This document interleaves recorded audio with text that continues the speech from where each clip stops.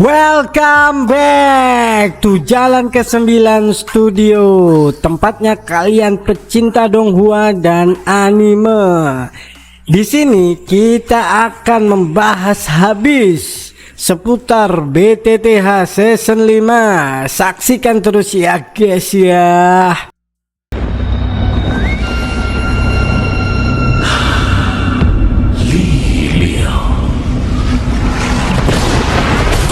如果你们降服于本地，可以保全你的血脉。我以剑圣斗文服于本地。笑话！当年我斗气全失，受辱退婚，退缩，中州的浩劫就此结束吧。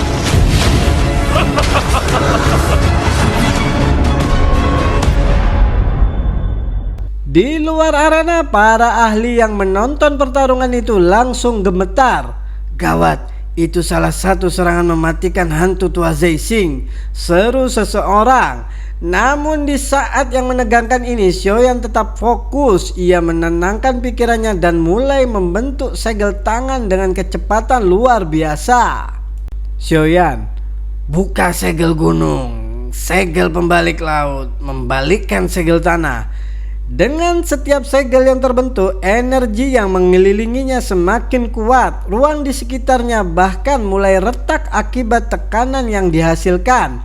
Namun itu belum cukup. Xiaoyan mengambil napas dalam dan membentuk segel terakhir, segel penguburan langit. Segel keempat pun terbentuk. Cahaya kristal yang sangat indah menyelimuti segel-segel sebelumnya, menyatu menjadi satu teknik penghancur yang belum pernah terlihat sebelumnya.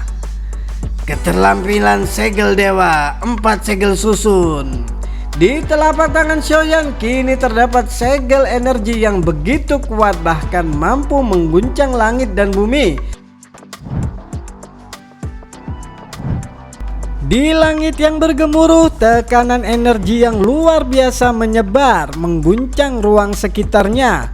Xiaoyan dengan tangan yang diselimuti lapisan kristal bercahaya bersiap untuk menghadapi serangan besar dari hantu tua Zeixing. Dengan satu gerakan ringan, Xiaoyan melesatkan sidik jari kristal ke arah tangan raksasa bercahaya milik lawannya, Zeixing. Hancurkan! Hantu tua Zeixing menggeram, penuh keyakinan bahwa serangannya akan menghancurkan Xiaoyan. Tapi ada satu hal yang ia lupakan. Xiaoyan saat ini bukan lagi Douzong biasa, kini ia telah mencapai level Douzun. Keduanya bertabrakan, energi liar saling bertabrakan seperti dua binatang buas yang berusaha menelan satu sama lain. Dalam sekejap semuanya meledak, riak energi yang menakutkan menyapu seluruh langit, memaksa semua orang yang menyaksikan untuk mundur. Setelah ledakan mereda, hantu tua Zeixing menatap Xiaoyan dengan ekspresi tegang. Untuk pertama kalinya, Zeixing menyadari bahwa pertarungan ini tidak semudah yang ia bayangkan. Xiaoyan bukan hanya memiliki kekuatan yang mengejutkan, tapi juga gudang keterampilan Dou tingkat tinggi yang terus mengalir tanpa habis. Ditambah lagi, api surgawi yang ia miliki membuatnya semakin sulit untuk dikalahkan. Zeixing, jika anak ini terus berkembang, aku yang dulu tak akan lagi bisa menandinginya. Rasa takut perlahan merayap dalam hati hantu tua, namun ia tidak akan mundur begitu saja. Dengan wajah suram, hantu tua Zeixing mengerahkan teknik mematikannya. Tangan yang kini berbentuk rantai hitam melesat cepat ke arah Xiaoyan dengan kecepatan yang mengerikan. Xiaoyan bereaksi cepat, tubuhnya melesat mundur mencoba menghindari serangan. Namun satu serangan telah akhirnya menghantam tubuh Xiaoyan. Meski berhasil menangkis dengan tangannya, kekuatan besar dari pukulan itu membuatnya terpental jauh.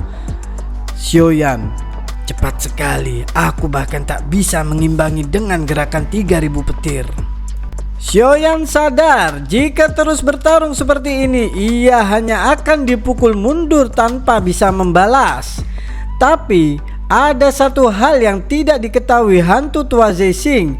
Xiaoyan memiliki sesuatu yang membuatnya hampir mustahil untuk dikalahkan, yaitu 3000 nyala api. Setiap luka yang diterimanya langsung disembuhkan oleh api surgawi itu, seolah-olah ia memiliki cadangan energi yang tak terbataskan. Hantu tua Zeixing, apa? Bocah ini, bagaimana bisa dia terus pulih? Ini bukan pertarungan biasa, ini pertempuran melawan monster. Zeixing mulai merasa gelisah. Jika ini terus berlanjut, ia bisa kalah kehabisan energi sebelum Xiaoyan menunjukkan tanda-tanda melemah. Saat itu juga hantu tua Zeixing membuat keputusan. Ia tak bisa lagi mengulur waktu. Serangan pamungkas harus dikeluarkan. Dengan kecepatan ilusi, tubuhnya menghilang dari pandangan. Namun Xiaoyan sudah memperkirakan ini. Dengan satu gerakan cepat, ia mengaktifkan sayap tulang berwarna giok di punggungnya. Hantu tua Zeixing yang baru saja muncul untuk menyerang langsung terkena serangan balik. Hantu tua Zeixing, bocah ini kecepatannya meningkat drastis. Xiaoyan hanya menyeringai. Kini ia memiliki keunggulan yang nyata. Xiaoyan, hantu tua, terima lagi teratai api dariku. Zeixing langsung pucat. Ia tahu persis apa yang akan terjadi jika api surgawi ini bergabung. Namun sebelum ia bisa bergerak, sebuah suara dingin bergema. Susop misterius, jika satu orang tidak cukup, apa 2 orang sudah cukup? Mata Xiaoyan menyipit. Ia menatap tajam ke arah 2 sosok yang baru muncul, dan saat itu ia menyadari 2 ahli ini dari suku Heaven Demon Phoenix. Keduanya adalah Douzun bintang 5. Mereka bukanlah lawan yang bisa diremehkan. Dan mereka datang dengan satu tujuan, menghancurkan Xiaoyan dan merebut kembali sayap tulang yang digunakannya. 2 lelaki tua berambut putih mengenakan jubah abu-abu berdiri di hadapan Xiaoyan. Sayap di punggung mereka berkibar lembut, mengeluarkan suara petir kecil. Mereka menatap Xiaoyan dengan ekspresi dingin, seolah sedang melihat seorang pencuri yang telah berani mencuri sesuatu yang sangat berharga. Tetua Heaven Demon Phoenix 1, anak muda, kau benar-benar punya nyali menggunakan sayap tulang dari suku kami. Tetua Heaven Demon Phoenix 2, kau telah melewati batas anak muda. Kami akan mengambil kembali sayap itu dan menghukummu dengan berat. Xiaoyan mengerutkan dahi, matanya penuh kewaspadaan. Ia tahu menghadapi 2 Douzun bintang 5 sekaligus bukanlah hal perkara mudah. Ditambah lagi hantu tua Zeixing masih mengawasinya dari kejauhan, siap mengambil keuntungan dari situasi ini. Tanpa banyak bicara, Xiaoyan menggenggam tangannya dan dalam sekejap 3 jenis api surgawi muncul membentuk sebuah teratai api yang luar biasa indahnya. Hantu tua Zeixing yang menyaksikan dari kejauhan langsung berseru memperingatkan kedua tetua itu. Zeixing, hati-hati, itu adalah teratai api dari 3 jenis api surgawi, jangan meremehkannya. Namun kedua tetua Heaven Demon Phoenix hanya tersenyum dingin. Mereka membentuk lonceng energi besar di udara, Demon Panic Bell, untuk menahan ledakan teratai api Xiaoyan. Xiaoyan memerintahkan teratai apinya untuk meledak. Seketika badai api yang luar biasa menghantam Demon Panic Bell. Lonceng energi itu bergetar hebat, bahkan retakan kecil mulai terlihat di permukaannya. Kedua tetua terkejut. Mereka tak menyangka bahwa bocah di hadapan mereka benar-benar bisa membuat mereka kewalahan. Tetua Heaven Demon Phoenix 1, trik kecil seperti ini tak akan mempan padaku. Namun di balik lengan jubah mereka tangan para tetua itu sedikit bergetar. Mereka mulai sadar pertarungan ini tidak akan semudah yang mereka kira. Tiba-tiba dari kejauhan Little Fairy Doctor atau dokter peri kecil teman-teman Xiaoyan muncul. Dokter peri kecil, "Xiaoyan, kita sudah dikepung." Xiaoyan mengedarkan pandangannya. Puluhan, tidak, ratusan ahli dari suku Heaven Demon Pony kini mengelilingi mereka. 4 dozen bintang 5 berdiri di hadapannya, siap menghancurkan siapapun yang menghalangi mereka. Xiaoyan menyipitkan mata dan tertawa kecil. Xiaoyan, suku Devon Demon Pony benar-benar serius kali ini ya. Huang Zuan, pemimpin dari kelompok ini, melayang di udara sambil menyilangkan tangan di dada. Huang Zuan, "Xiaoyan, serahkan buah asal naga poni kalau kau melakukannya. Mungkin kami akan membiarkan teman-temanmu pergi." Zian, "Hah? Suku Heaven Demon Pony benar-benar sombong." Mata Huang Zuan menyipit. Ia tahu Zian adalah seorang naga void kuno, salah satu ras magical beast terkuat. Namun untuk mendapatkan buah asal naga ponik, ia tak akan mundur. Huang Zuan dan 2 tetua Heaven Demon Pony menyerang Zian secara bersamaan. Namun sebelum tangan mereka bisa menyentuh buah itu, suara ruang terkoyak. Sebuah celah ruang terbuka di samping Zian. Dari dalam celah itu muncul sosok yang memancarkan aura luar biasa kuat. Tekanan yang luar biasa tiba-tiba turun dari langit, membuat semua ahli Heaven Demon Pony pucat. Bahkan tubuh Huang Zuan seketika membeku di tempat.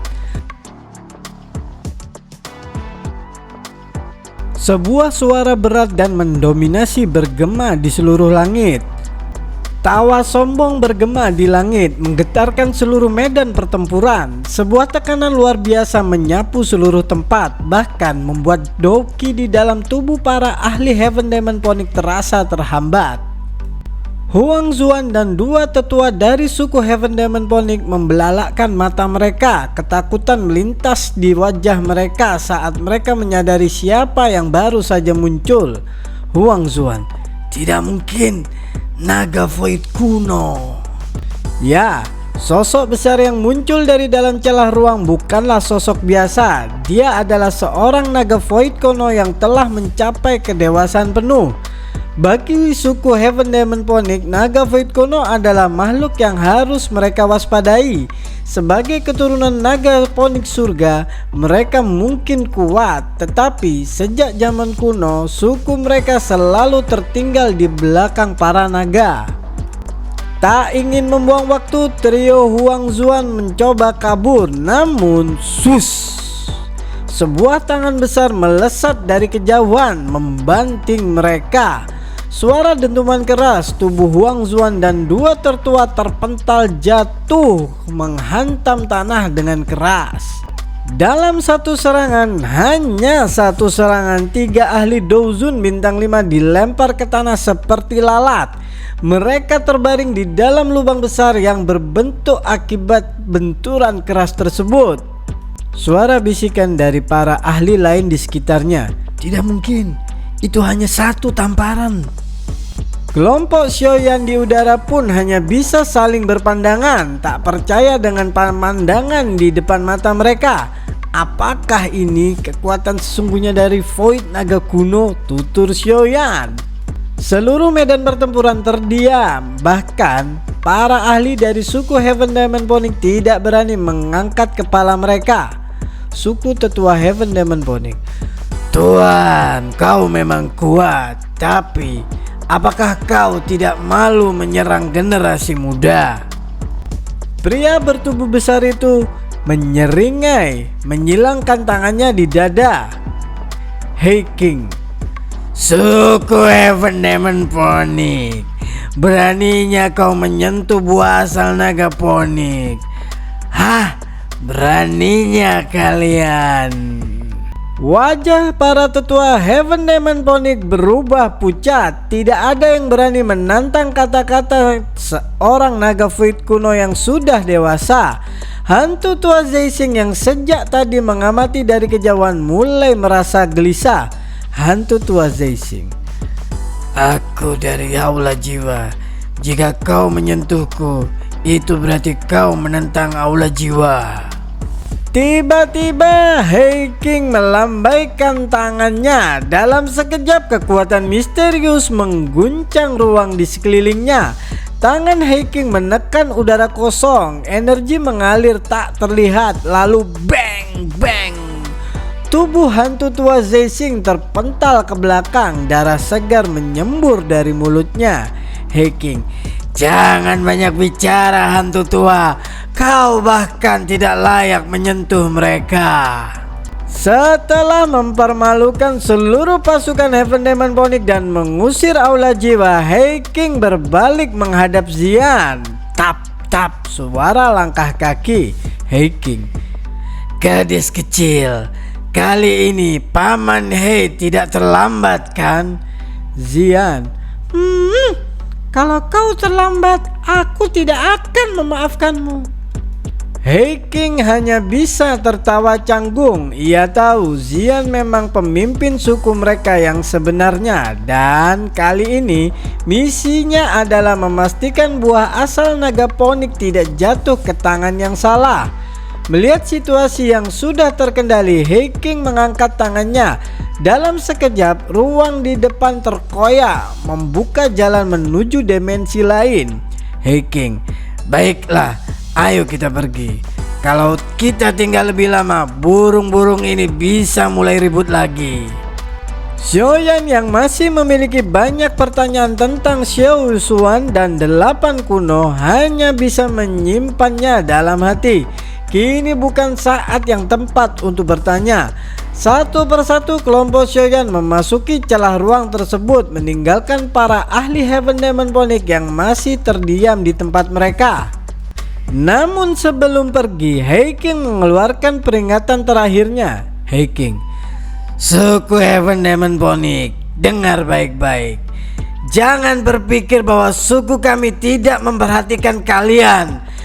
Kami bahkan tidak takut pada Phoenix surga kuno. Apa kalian keturunan yang hanya mengandalkan warisan darah Phoenix surga?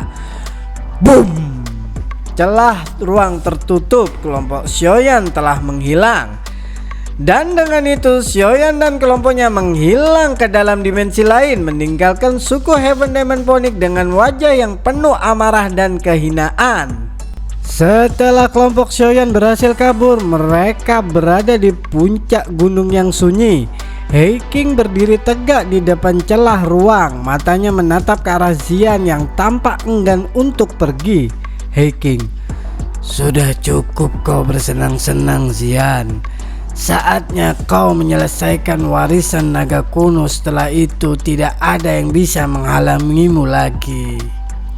Xian, aku tidak mau, tapi aku mengerti. Xiaoyan menatap Xian dengan senyum tipis. Gadis kecil yang dulu ia kenal telah tumbuh dan kini ia harus menjalani takdirnya sendiri. Xiaoyan, latihlah dirimu dengan baik Xian. Saat kau kembali, aku yakin kau akan jauh lebih kuat. Xian, tentu saja. Dan saat itu tiba, kau harus membuatkanku pil obat untukku setiap hari. Hahaha. Tawa Xian menggema di udara, namun dalam tatapan matanya ada keengganan yang sulit disembunyikan. Xian melangkah ke dalam celah ruang, diikuti oleh Xiongzhan dan Heiking. Beberapa detik kemudian, Xiaoyan terdiam. Kini tanpa kehadiran Xian, dunia terasa sedikit lebih sepi. Dokter peri kecil, ayo pergi. Kita punya misi yang lebih besar menunggu. Setelah berpisah dengan Heiking, kelompok Xiaoyan segera bergerak. Mereka tak ingin berlama-lama di wilayah bintang.